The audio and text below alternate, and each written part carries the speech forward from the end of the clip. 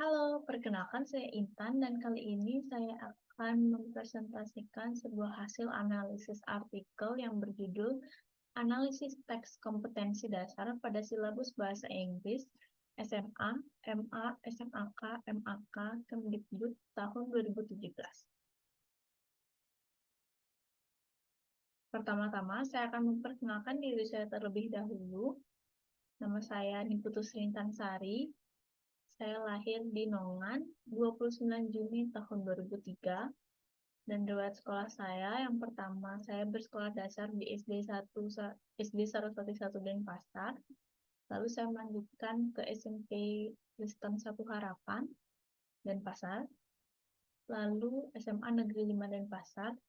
Dan hingga saat ini saya masih melanjutkan studi saya di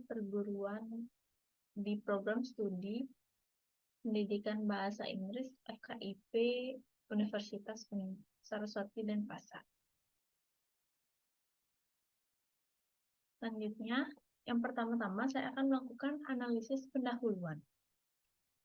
Jadi, pada artikel analisis teks kompetensi dasar pada silabus bahasa Inggris SMA, MA, SMAK, MAK, Kemdikbud 2017, penulis bertujuan membuat artikel tersebut untuk mendeskripsikan tentang pemetaan kompetensi dasar silabus bahasa Inggris SMA, MA, SMAK, MAK, Kemdikbud 2017 dengan cara membandingkan KD yang ada dengan realisasi kebutuhan KD dalam pembelajaran bahasa Inggris di lapangan pada kurikulum 2013 dengan beberapa temuan kebutuhan guru bahasa Inggris dan pengumpulan data yang berupa observasi, angket, dan wawancara, serta menekankan metode pembelajaran melalui teks atau genre. Penulis berharap dengan adanya pemetaan KD diharapkan guru bahasa Inggris dapat lebih cermat dan sistematis dalam menyusun rancangan pelaksanaan pembelajaran atau RPP dan merealisasikannya dengan tepat, baik, dan benar sesuai pesan yang ada dalam silabus. Selanjutnya, analisis pembahasan.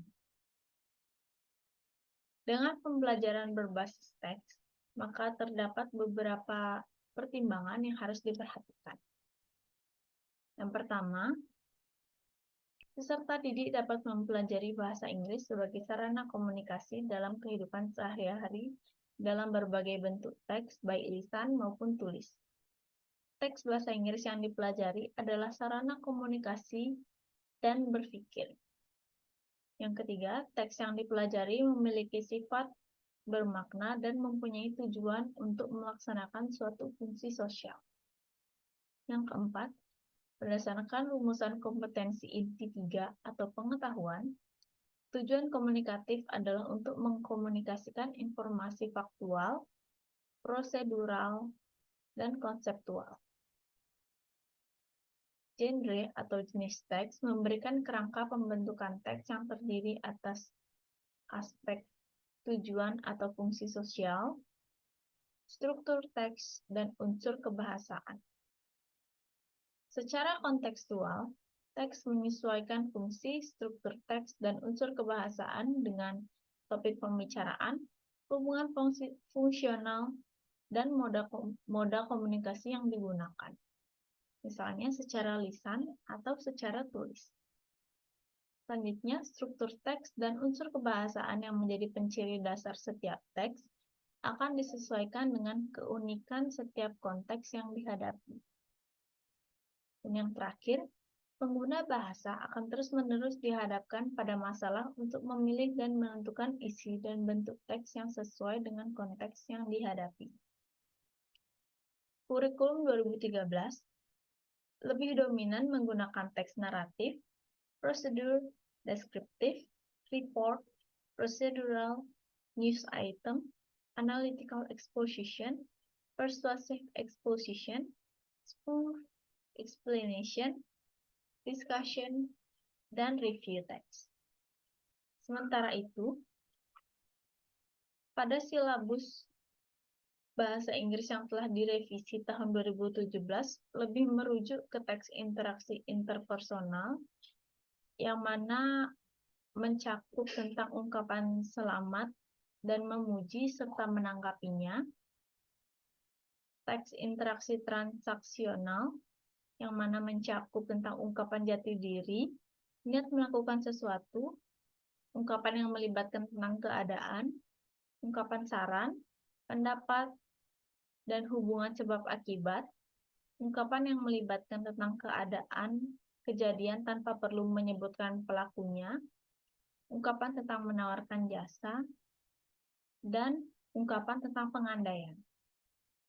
Selanjutnya, teks fungsional khusus, yang mana mencakup ungkapan tentang pemberitahuan, makna lirik lagu, undangan resmi, surat pribadi, surat lamaran kerja, teks caption, dan juga tips.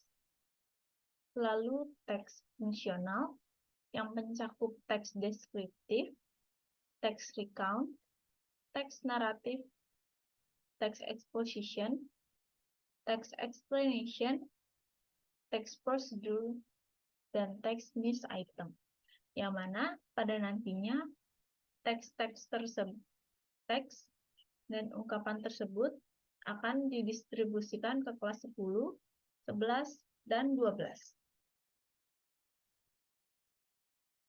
Selanjutnya, analisis isi teks. Melalui isi teks, penulis mendapatkan beberapa hasil, yakni pada struktur kurikulum 2013, untuk KD program peminatan, bahasa dan program lintas minat, yang digunakan adalah KD peminatan itu sendiri. Dalam praktik pembelajaran di kelas, berdasarkan pengamatan lapangan yang dilakukan oleh penulis, sebagian besar guru yang mengajar bahasa Inggris wajib dan bahasa Inggris program lintas minat adalah guru bahasa Inggris yang berbeda. KD lintas minat bahasa Inggris selama ini belum ada atau belum disusun secara terpisah dengan KD bahasa Inggris peminatan. KD yang ada di bahasa Inggris wajib dan KD yang ada di bahasa Inggris peminatan terkesan overlapping atau tumpang tindih dan juga terkesan pengulangan. Kebutuhan KD untuk menyiapkan siswa dalam mengikuti ujian nasional bahasa Inggris lebih banyak terdapat di KD di program peminatan. Selanjutnya, kesimpulannya, berdasarkan paparan dan hasil analisis, penulis menyimpulkan bahwa struktur kurikulum untuk mata pelajaran bahasa Inggris wajib dan peminatan perlu dilakukan evaluasi oleh pemerintah terkait dengan beban yang ada pada silabus yang tertuang pada kompetensi dasar. Perlu juga disusun KD untuk program lintas minat bahasa Inggris. Yang kedua, teks kompetensi dasar atau pengetahuan yang ada pada silabus bahasa Inggris masih terdapat overlapping antara bahasa Inggris kelompok wajib dan bahasa Inggris kelompok peminatan.